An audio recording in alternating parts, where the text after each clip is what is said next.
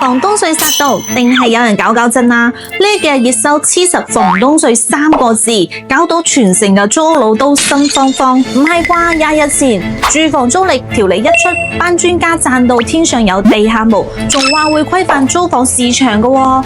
而家搞出個房東稅，係咪有人專登大節奏啊？等我踢爆呢啲謠言啦！最緊要係記清楚呢幾點。第一，個人房東唔備案會唔會罰？睇清楚啲條例原文。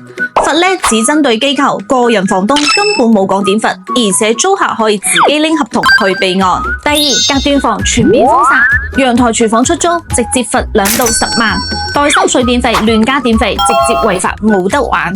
第三，租客可自有學位，備案合同可以作為子女落戶入學嘅憑證，真正係做到租購同權。再返到最開始嗰個問題，以後租樓係唔係要交稅？答案就係隨時可以收稅，但唔一定。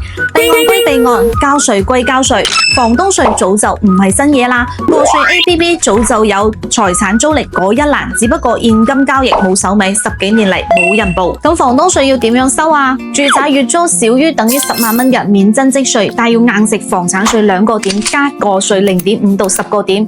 月租5000嘅呢，就要年收1500到4800。